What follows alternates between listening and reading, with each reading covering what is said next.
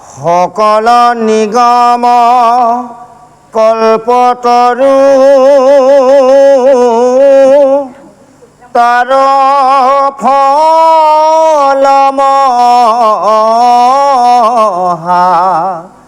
ভাগৱত শুকমুখে আখি ভূমিত অভৈলাবিদিত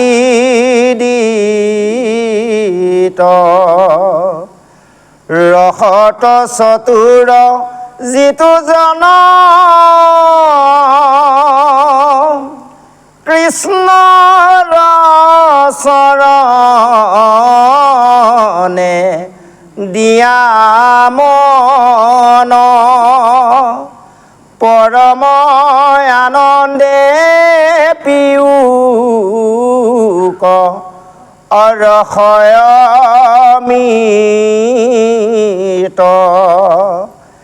ৰাম পৰম আনন্দে পিউক অৰসয়মিত।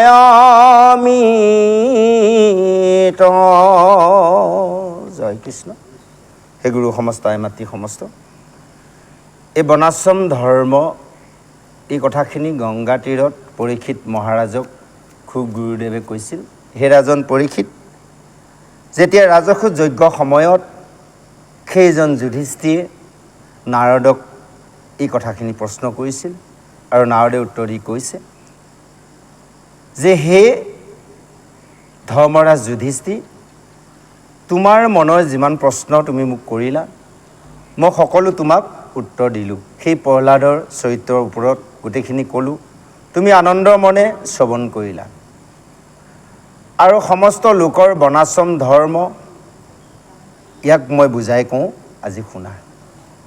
আৰু ৰজাৰ কথা শুনি সেই নাৰদে ধৰ্মৰ নিৰ্ণয় কথা উল্লেখিত কৰিছে পঞ্চম অধ্যায়ত, সেইখিনি কথা আমি পাইছোঁ। আৰু সমস্ত ধৰ্মৰ কথা তাত উল্লেখিত কৰিছে। সেই কৈছে সেই ধৰ্ম যিটো জনে আচৰণ কৰে তেৱে শুদ্ধ হোৱে চিত। সেই ধৰ্মৰ যিজনে আচৰণ কৰে তেওঁ হৃদয় তেতিয়াহে পবিত্ৰ হয়। আমি ধৰ্ম আচৰণ নকৰিলে আমাৰ হৃদয় কেতিয়াও পবিত্ৰ নহয়। আমি যিমান চেষ্টা নকৰোঁ ধৰ্ম আমি আচৰণ কৰিব লাগিব। ধৰ্ম মানে কি? আমি সত্য ৰক্ষা কৰিব লাগিব। কাৰোবাক যদি বাক্য দিছোঁ সেইটো ৰক্ষা কৰিব লাগিব। নিয়ম নীতি মাজে চলিব লাগিব। ডাঙৰক সন্মান, সৰুক মৰম, হয়নে বাৰু? সমপৰ্যায়জনৰ বন্ধুত্ব, এইবোৰ হ'ল ধৰ্ম ৰক্ষা। পিতৃ মাতৃক সন্মান। সেয়ে কৈছে তেৱে সেই ঈশ্বৰ কৃষ্ণ পাওঁত মনক কৰে ঠিক। তেতিয়াহে কৃষ্ণৰ চৰণত মন থিতাপিত হয়। আমাৰ এনেই আমি মনটো যিমান লগাই নাথাকোঁ, বাৰে বাৰে বিষয়লৈ যাব, এই কথাখিনি সুন্দৰভাৱে কৈছে। আৰু কৈছে তেতিয়াহে কৈছে সেইজনৰ ভকতি কৰিব পাৰে সেইজনেহে। এই কথা তুমি জানিবা। কৰ্ম আচৰণ কৰাৰ দৰকাৰ নাথাকে সেইজনৰ। আৰু শুনা যুধিষ্ঠিৰ, মন থিৰ কৰি সেইজনেহে পাৰে কোনজনে? যিজনৰ কৰ্ম জড়তাটো আঁতৰি যায়। এতিয়া আমি কৰ্মৰ ফলবোৰ আছে কাৰণে ভোগ কৰি আছোঁ। এতিয়া কৰ্মফলটো আমাৰ যেতিয়া শেষ হ'ব তেতিয়াহে কৃষ্ণৰ চৰণত আমাৰ মন লাগিব। এতিয়া কৰ্মফলে আমাক টানি থাকে। সেইকাৰণে আমাৰ এই কৰ্মফলটো আমি কৃষ্ণ ভগৱন্তৰ লগত ভগাই ল'ব লাগে। ভাগ কৰি দিয়ালৈ কমি যাব। কাৰোবাক যদি আমাৰ এসোপামান যদি বুজাই হয়, কাৰোবাক যদি আধা দি দিওঁ বুজাটো অলপ কমিব, হয়নে বাৰু? কিন্তু এতিয়া এই কৰ্মফলৰ বুজা বেলেগে কোনো ল'ব নোৱাৰে, কেৱল কৃষ্ণৰ ব্যতিৰেকে। গতিকে আমি কৃষ্ণও চৰণত দিব জানিব লাগিব। আমি যেতিয়া তেতিয়া যেনে তেনে দিলেও ভগৱন্তে গ্ৰহণ নকৰে। তাৰ পদ্ধতি মাৰ্গে আমি কৃষ্ণৰ চৰণত যদি সমস্ত সমৰ্পণ কৰোঁ তেতিয়াহ'লে কৰ্মফল নাশ হ'লেহে তেতিয়াহে আমাৰ কি হ'ব যে ভক্তি কৰিব পাৰিম বা বিষয়ৰ প্ৰতি বৈৰাগ্য ভাৱ আহিব। সেইকাৰণে কৈছে ঈশ্বৰৰ পাদৰ পদ্ম সদায় সেৱা কৰে একমনে, সংসাৰৰ যত ঋণ ছয় আছে সিজিল সবে যিজনে। চাওক এতিয়া কৈ দিলে কথাখিনি। ঈশ্বৰৰ পাদপদ্মত যিজনে সদায় একমনভাৱে সেৱা কৰিব, সংসাৰত যিমানবোৰ ঋণ আছে সকলোবোৰ মানে সিদ্ধ হৈ যাব, ঋণবোৰ পৰিশোধ হ'ব। সেইকাৰণে আমি ভাগৱতৰ দশম স্কন্ধত পাম। দশম স্কন্ধত দিয়া আছে যে আমাৰ জন্মৰ লগত 3টা ধাৰ লাগি আহে। এই ধাৰ আমি পৰিশোধ কেতিয়া কৰিব পাৰিম? প্ৰথম কৈছে পিতৃ মাতৃ ধাৰ, 2 নম্বৰত কৈছে ঋষিৰ ধাৰ, 3 নম্বৰত কৈছে দেৱৰ ধাৰ। পিতৃ মাতৃ ধাৰটো আমি সেইকাৰণে কি কৰোঁ? পিতৃ মাতৃ জীৱিত অৱস্থাত পুত্ৰসকলে আমি পিতৃ মাতৃৰ পোহপালনৰ দায়িত্ব ল'ব লাগে। মৃত হৈ যোৱাৰ পিছতো পৰলোক প্ৰাপ্তি হোৱাৰ পিছতো বাৰ্ষিক সেৱা পাতিব লাগে, হয়নে বাৰু? ঋণ পৰিশোধ।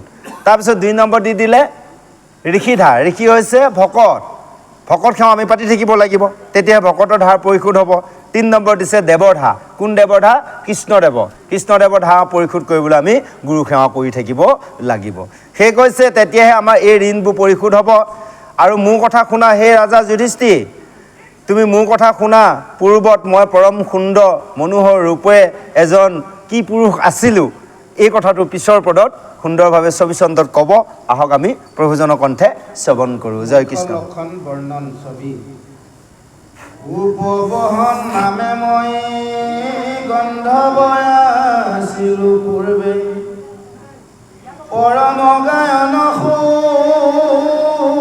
সুৱলিত অসংখ্যাত নাৰীগণত আসম্বাৰ প্ৰিয় মন কৰো মই হুঞা বিমোহিত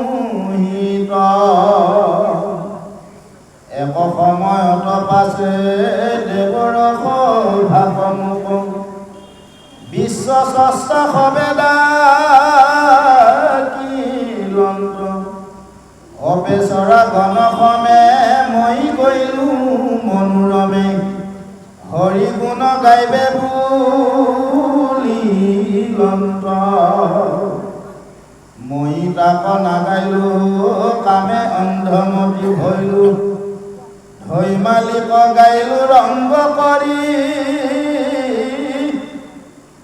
মহাজন সবে মোক বুদ্ধে বাক্য ভুলি লন্ত শীঘ্ৰে শুদ্ধ হৈ পাপি মৰি দাসীৰত নয় মই নিজ পাপ অনুসাৰে হৈলো আশী পাছে সাপ পায়া মহন্তৰ অনুগ্ৰহে মল মূৰ দূৰ ভৈল পাইলো পাৰিষদ মই জয় কৃষ্ণ পুনৰ দেৱৰ্ষি নাৰদে যুধিষ্ঠিক কৈছে হে ধৰ্মৰাজ যুধিষ্ঠিৰ মোৰ ইয়াৰ আগৰ জন্ম কথা কওঁ তোমাক শুনা ইয়াৰ আগৰ জন্মত মই গন্ধৰ্বসকলৰ প্ৰথম ৰজা আছিলোঁ মোৰ নাম আছিল উপবহন আৰু মোৰ সুললিত কণ্ঠ আছিল সকলোকে মোৰ কণ্ঠৰ দ্বাৰা হৃদয় জয় কৰিব পাৰিছিলোঁ যেনেকৈ সেই গন্ধৰ্ব ৰজা আছিল আমাৰ এই ভাৰতত অসমত বিশ্ব জয় কৰা জুবিন গাৰ্গ আছিল আপোনালোকে জানি ল'ব তেওঁ 30 দিনৰ বাবে আহিছিল ইয়াত কেনেকৈ 30 দিন জানে 30 বছৰ তেওঁ গীত গাইছিল হয়নে বাৰু 30 দিনৰ বাবে আহিছিল দেৱসকলৰ মাতে এদিন আমাৰ মনুষ্যসকলৰ বাবে এবছৰ গতিকে 30 দিনৰ বাবে পৃথিৱীলৈ পঠিয়াইছিল তেওঁ বোলে তুমি যোৱা পৃথিৱীৰ লোকসকলক তুমি অকণমান আনন্দ দিয়া আৰু আহি গ'ল যেতিয়া মাহ পূৰ্ণ হৈ গ'ল তাততো প্ৰয়োজন হৈ গ'ল তেওঁ গতিকে পুনৰ ক'লে যোৱা এওঁক লৈ আহা ক'লৈ গ'ল বোলে পৃথিৱীত আছে যোৱা লৈ আহা সেই সাগৰ তলিৰ পৰা জুবিনক লৈ গুচি গ'ল তেওঁ স্বৰ্গত আছে তেওঁ গন্ধৰ্ব ৰজা আজি কৈছে উপবহন আছিল মোৰ নাম গন্ধৰ্ব ৰজা আমি সিদিনাখন কৈছিলোঁ যে নাৰদ যেতিয়া নাৰদক জন্ম দিয়ে ব্ৰহ্মাই সংসাৰ কৰিবলৈ দিয়ে সংসাৰ নকৰোঁ বুলি কোৱাত অভিশাপ দিছিল বোলে যোৱা তুমি যদি সংসাৰ নকৰা তেনেহ'লে তোমাক মই অভিশাপ দিলোঁ তুমি গন্ধৰ্বসকলৰ প্ৰথম ৰজা গন্ধৰ্ব উপবহন হ'বা তোমাৰ কণ্ঠ সুললিত হ'ব তোমাৰ কণ্ঠই সকলোকে হৃদয় জয় কৰিবা তুমি 50জনী ৰমণী বিয়া পাতিবা সেইজন উপবহন আছিল তাৰপিছতে এই উপবহন হৈ থাকোঁতে সেই কৈছে এদিনাখন সেই দেৱসভাত মোক বিশ্বস্তাৰ আদি কৰি সকলোবোৰে মাতিলে অপেচাৰসকলক লগত লৈ হৰিগুণ গাবলৈ মই গৈছিলোঁ দেৱসভাত আৰু সেই দেৱসভাত হৰিগুণ গাবলৈ গৈ মই হৰিগুণ নাগাই কামে অন্ধ হয় কেৱল মই ৰমণী গীত গাইছিলোঁ ধেমালি কৰি আৰু সেই সভাত মহাজনসকল অৰ্থাৎ ঋষিমুনিসকল বহি আছিল তেওঁলোকৰ খং উঠি গ'ল ক্ৰোধান্বিত হয় মোক অভিশাপ দিলে বোলে যোৱা তুমি এই দেৱসভাত হৰিগুণ নেগাই তুমি যেতিয়া ৰমণী গীত গালা তোমাৰ জন্ম শুদ্ধত হওক সেইকাৰণে এইখিনি পৰা এটা কথা আমি জানিব লাগিব এই যে আমি মহাৰ সাধু সংগ কৰিছোঁ আজি এই যে আমাৰ মহান তীৰ্থ ইয়াত যদি আমি কৃষ্ণ কথা ব্যতিৰেকে গ্ৰাম্য কথা পাতিছোঁ তেনেহ'লে জানিব ৰমণী গীত গাই আছোঁ ভকত হৈও সেই নাৰদৰে হ'ব আমাৰ জন্ম তেতিয়া কৈছে যে সেইসকল ঋষিয়ে যেতিয়া মোক অভিশাপ দিলে মই দাসীপুত্ৰ হৈ জন্ম লাভ কৰিলোঁ আৰু দাসীপুত্ৰ হৈ জন্ম লাভ কৰি সাপমুক্ত হ'বলৈ কেৱল মই মহন্ত অনুগ্ৰহতে সাপমুক্ত হৈছিলোঁ অৰ্থাৎ সেই 4জন সন্যাসীৰ দ্বাৰা বামনৰ গৃহত থাকোঁতে চাৰিজন সন্যাসীৰ দ্বাৰা চাৰিজন বৈষ্ণৱ সংগ পায় তেওঁলোকৰ পৰা কৃষ্ণ কথা শুনি সেই কৈছে হে ৰাজন ধৰ্মৰাজ যুধিষ্ঠিৰ পুনৰ মই পাৰিষদিত অনুভৱ পাইছোঁ এয়া শুনা কৰ্মফল গতিকে ভোগ কৰিবই লাগিব সেইকাৰণে কাৰ কথা কৈ আছিল এই কথাখিনি যে হিৰণ্যকশিপুৰ কথা লৈ আজি আহি পৰিছে তেওঁলোকৰ কৰ্মফল 3টা জন্ম শেষ কৰিছে তে আমাৰো কৰ্মফল আমি কিমানটা জন্ম অতিক্ৰম কৰি আছোঁ ঠিকনা নাই আমি নাজানো গতিকে এইবাৰ আমি ভাল এটা সুযোগ পাইছোঁ এই জন্মত আমাৰ কৰ্মফল নাশ কৰা আমি এটা বৰ সুন্দৰ সুবিধা পালোঁ আটাইতকৈ ডাঙৰ সুবিধা হ'ল কি জানে সপ্তাহী ভাগৱত এইটো আৰু উত্তম হয়নে বাৰু গতিকে চাওক এনেইতো আমি কেতিয়াবা কৰোঁ ভাগৱত ক'ৰবাত সাধুসংগ কৰিছোঁ এনেকৈ সপ্তাহে সাধুসংগ কৰা কৰ্মফল কাৰোবাক কমাই এৰি দি থকা ভাগ দি থকা সুবিধা সকলোৱে ভাগ্য হোৱা নাই সেইকাৰণে কৈছে চোৱা মহন্ত অনুগ্ৰহে মলৰ মূৰৰ দূৰ ভৰিল পাৰিলোহো পাৰিষদ মই কাই আমাৰ মনৰ মলবোৰ কেতিয়া নাগ হ'ব যেতিয়া আমি মহন্ত সাধুসংগ কৰিম যেতিয়া আমি কৃষ্ণ কথা শুনিম সেইজন নাৰদে দাসীপুত্ৰ হৈ থাকোঁতে সাধু 4জনক সংগ কৰিলে আৰু তেওঁলোকৰ পৰা কি কৃষ্ণ কথা শুনিছিল আৰু তেওঁলোকে এয়া ধৰা প্ৰসাদ ভগৱন্তক নিবেদন কৰা প্ৰসাদ গ্ৰহণ কৰিছিল সেইকাৰণে আমাৰ যদি মনৰ মলিনতা আমি নাশ কৰিব লাগে সাধুসংগ কৰিব লাগিব কৃষ্ণ কথা কৰ্ণপথে শ্ৰৱণ কৰিব লাগিব আৰু মুখেদি আমি কেৱল ভগৱন্তক নিবেদিত প্ৰসাদ খাদ্য গ্ৰহণ কৰিব লাগিব আহক আমি পিছৰ পদলৈ আগবাঢ়িছোঁ জয় কৃষ্ণ যিটো ধৰ্ম তোমাতো সামান্য জনক লাগি তোমা সাপ আৰু নলাগয়ন পুৰমহাপুণ্য ভাগি পুনব মহৰি গৃহতে আচন্ত আৰু কিবা কৰ্ম আছে আমাতো কৰিয়া তোৰা ভাই গবন্ত্ৰ কহিলো মই খানছে মহাজনে যাক সদা বিচাৰন্ত তথাপি নপান্ত লাগো হেনয় কৃষ্ণৰ পদ পংকজত আতি ভয় লয় অনুৰাগ ব্ৰহ্মা মহাদেৱ আদি দেৱে যাৰ মহিমা সদা গাৱয় তথাপি তোৱানে মহিমাৰ পাৰ কেহুৱে নতু পাৱয় এৰা মনে ধৰি আমি ভকতি কৰোঁ তেবে সে তুষ্ট অন্ত্ৰ অব্ৰয়াসে তোৰা গৃহতে পাইলা অ লাগহে নভগৱন্ত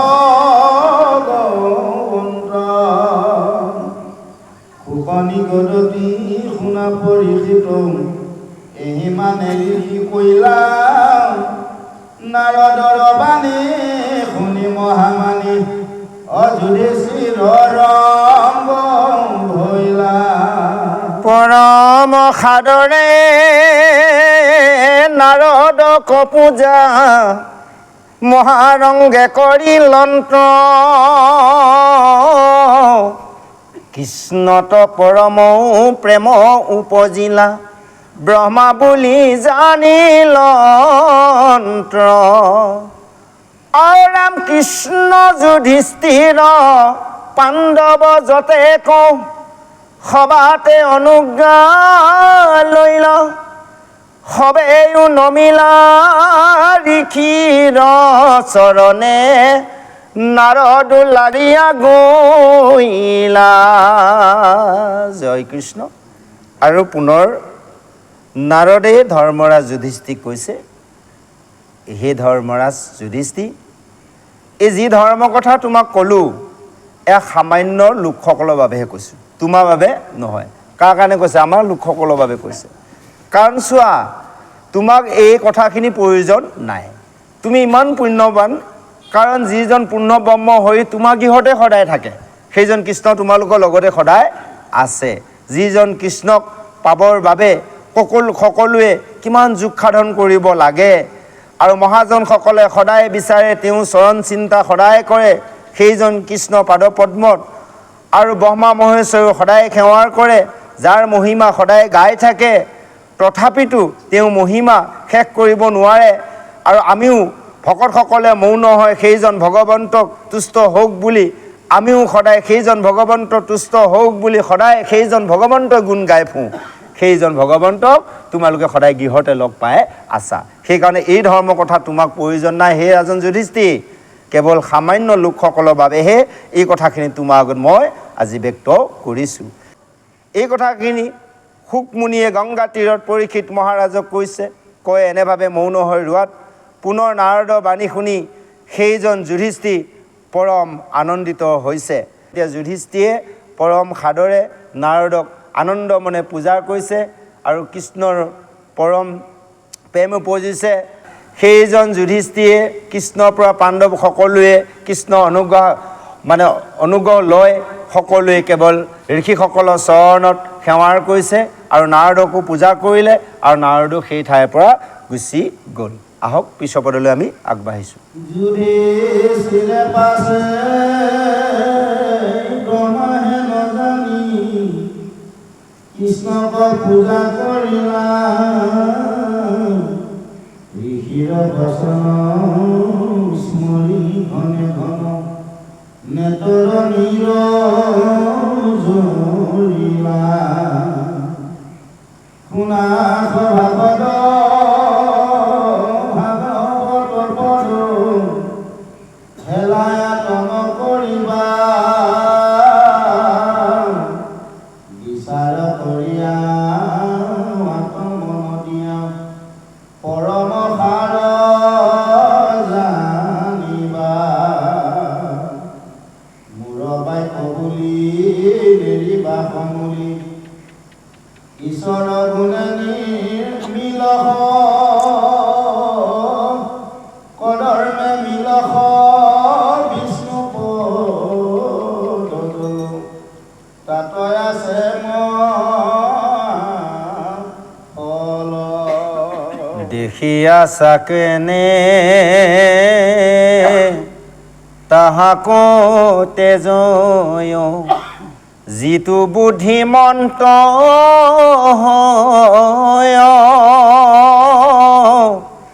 সাদৰ কৰি থাপ মাথা কপাতিয়া গংগা জলক লয় ৰাম এতে কতে দুখ গুণক বিচাৰ নকৰ অসন্ত জনে হৰিৰ কথা ক সাৰ কৰি লয় পৰম একান্ত মনে ৰাম চাণ্ডালয়ো যদি হৰি কথা কহে তাহাক শুনিয়া থাকে নিন্দা নকৰে কৃষ্ণ কথা চয় লাগে সদা শুনি বাকে। জয় কৃষ্ণ। পুনৰ সেই নাৰদৰ পৰা যুধিষ্ঠিৰে কৃষ্ণই যে পৰম ব্ৰহ্ম এই কথা জানি কৃষ্ণক পূজা কৰিলে। ইয়াৰ আগত কিন্তু কৃষ্ণক পৰম ব্ৰহ্ম বুলি জনা নাছিল, যে সাধাৰণ এজন লোক বুলি ভাবি আছিল।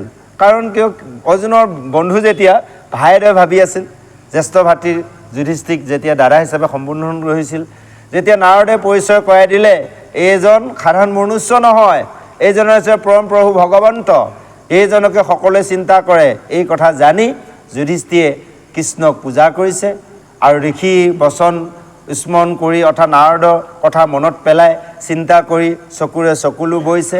এইখিনিতে এই অধ্যায় সামনি পৰিছে আৰু সভাসদলৈ কবিজনাই উপদেশ দি কৈছে, শুনা সভাসদ, এয়া হৈছে মহাভাগৱতৰ পথ, ইয়াক কোনো হেলা নকৰিবা। অৰ্থাৎ আমি মহাভাগৱতৰ পথ, ভাগৱত শুনা, ভাগৱত গোৱা, ভাগৱত কোৱা, ভাগৱতলৈ অহা, ইয়াক আমাক হেলা কৰিব দিয়া নাই। আৰু কৈছে বিচাৰ কৰি চাবা আৰু ইয়াৰ হৈছে পৰম সাৰ, এই কথা জানিবা। ভাগৱতৰ যি পৰম সাৰ বস্তু এই কথাটো বিচাৰ কৰি চাই ল'বা আৰু মোৰ বাক্যক কেতিয়াও তোমালোকে নেৰিবা। ঈশ্বৰৰ গুণ ইয়াত মিহলি কৰা আছে, অৰ্থাৎ কথা কোৱা মানে কৃষ্ণ কথা যাৰ মুখত আছে, বা প্ৰতিটো শব্দত বিষয়ৰ কথা পাতিলেও যদি কৃষ্ণ কথা কয় তেতিয়াহ'লে ঈশ্বৰৰ কথাই আছে, সেইখিনি মানে কৃষ্ণ কীৰ্তনে হয়। সেই কথা কৈছে যে ইয়াত মিলোৱা আছে যে এতেকে মোৰ যিমান দুখ গুণ আছে ইয়াক বিচাৰ নকৰি কেৱল সকলোৱে গ্ৰহণ কৰা সন্তসকলে কেতিয়াও দুখ গুণ বিচাৰ নকৰে আৰু হৰি কথাক সাৰ কৰি লয় পৰম একান্ত মনে সন্তসকলে দুখ গুণ বিচাৰ নকৰি হৰি কথা পৰম একান্ত মনে কেৱল গ্ৰহণ কৰে সেইকাৰণে তাৰমানে কি হয় যেতিয়া কোনোৱে কৃষ্ণ কথা কৈ আছে তেওঁ যদি কিছুমান ভুল কথাও কৈ আছে সেইখিনি বাদ দিয়ক নুশুনিব শুনিছে উৱাই দিয়ক ওপৰে যিখিনি ভাল কথা কৈছে সেইখিনি আমাক গ্ৰহণ কৰিব দিছে এতিয়া আমি ভাগৱতখন প্ৰথম স্কন্ধ বা দ্বাদশলৈ যদি চাওঁ ইয়াত ভাল কথাই আছে ইয়াত কিছুমান বেয়া কথাও আছে তে এইখিনিতো আমাৰ লোৱা প্ৰয়োজন নাই আছে নেকি বাৰু বেয়া কিছু কথা দিয়া আছে সেইবোৰ কথা আমি কেতিয়াবা ব্যাখ্যাত আমি চুই নিদিওঁ কিয় নিদিওঁ এইখিনি কথা চুই দিয়া আমাৰ প্ৰয়োজন নাই গতিকে চাওক যিখিনি ভাল কথাখিনি আমাক গ্ৰহণযোগ্য প্ৰয়োজন গতিকে চাওক এজন মানুহে ভাল কথা কয় বেয়া কথা কয় বেয়াখিনি নুশুনি আমাৰ ভালখিনি শুনিব লাগে এই কথাটোকে কৈছে যে সেইকাৰণে সন্তসকলে ইয়াক দুখ গুণ বিচাৰ নকৰি কেৱল কৃষ্ণ কথাৰ গ্ৰহণ কৰে সেইকাৰণে কৈছে মোক নিন্দা নকৰিবা চাণ্ডালেও যদি এই হৰি কথা কয় তাকো কিন্তু সেইসকলে শুনে একান্ত মনে যিসকল মানে পৰম মহন্ত আৰু কৈছে নিন্দা নকৰে কৃষ্ণ কথা চয় লাগে সদা শুনিবাগে যে কৃষ্ণৰ কথা নিন্দা কৰা প্ৰয়োজন নাই সদায় শুনিব লাগে সেইকাৰণে একাদশ স্কন্ধত উদ্ধৱক কৃষ্ণই কৈছিল যে হে উদ্ধৱ তুমি অৰ্থবাদ এয়া অৰ্থাৎ আমাৰ এতিয়া নামক লৈ কৈছে নামক লৈ তুমি অৰ্থবাদ এয়া অৰ্থাৎ নামক লৈ বাক্য কথাক লৈ আমাক লাগি থকা যায় যে অৰ্থবাদটো এয়া কি জীৱা জানা গ্ৰন্থ তুমি সকলো এৰা কেৱল তুমি মোৰ চৰণত ভক্তি কৰা এতিয়া আমাৰ আটাইতকৈ ডাঙৰ কথা আমি কিছুমান গ্ৰন্থবাদক লৈ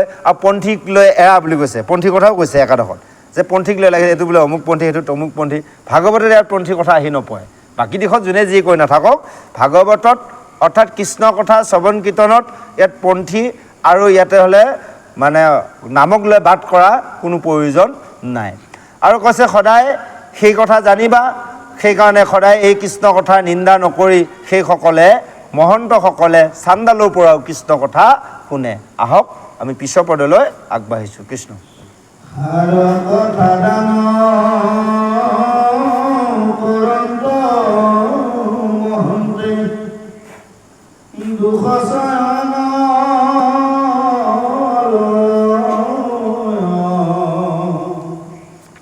যিটো মন দুখতে সে মন ছিদ্ৰ কছায়া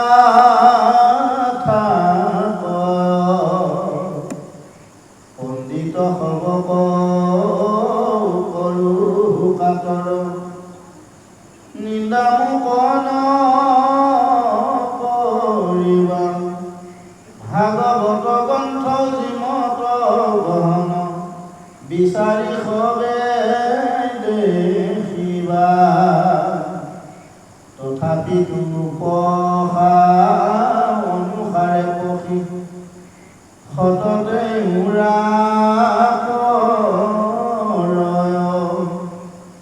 দেখি আছা বৈতো যাৰ পাছে শিকি পখিনুৰা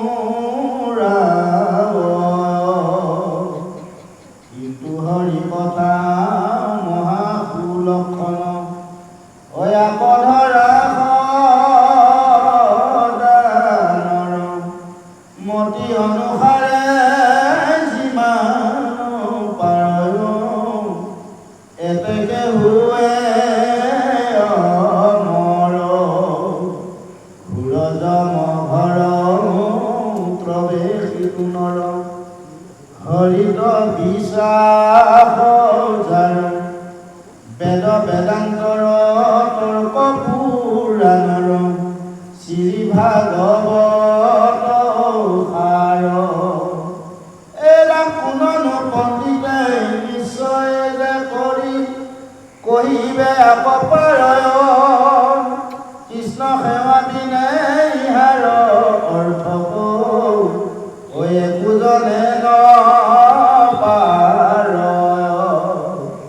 এতেকতে আমি পৰময় ধৰ্ম মূৰ্খ দুৰ্বিনয় মাতি ইহাৰ তত্ত্ব জানি বিচাৰে কায় জাতি কিন্তু মহন্তৰ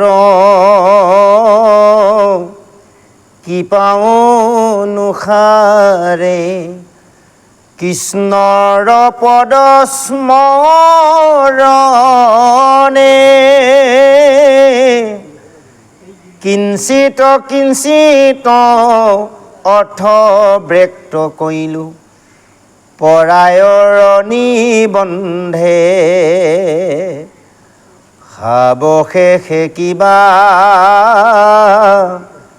কহিবো আমি সাগৰত কাঠি প্ৰায় যেন তেন মতে হৰি কস্মৰণ মুহুৰ হৌক সদায় আন কিছু মূৰ হৃদয়ত নাহি অন্তৰ্যামী কৃষ্ণে সাক্ষী যাৰ যেন মনে দেশন্ত সঘনে তেন্তে হৃদয়ত থাকি জয় কৃষ্ণ। পুনৰ আজি কবিজনাই কৈছে এয়া সাৰ কথা কেৱল দান কৰে মহন্তসকলে, কিন্তু কাকো দুখ নধৰে। যিসকল মূঢ় সেইসকলে সুবিধা বিচাৰি থাকে বোলে, মূৰ্খসকলে সুবিধা বিচাৰে। এতিয়া চাব কিছুমান এচামে এনেকুৱা জানি বুজি প্ৰশ্ন কৰে, আমাকো বিভিন্ন ঠাইত প্ৰশ্ন কৰে। আমি এটাই কথা কওঁ, প্ৰথমে সোধোঁ বোলে প্ৰভু, প্ৰথম দুই এটা প্ৰশ্ন উত্তৰ দিওঁ, জানো তেওঁ যে জানিয়ে সুধি আছে।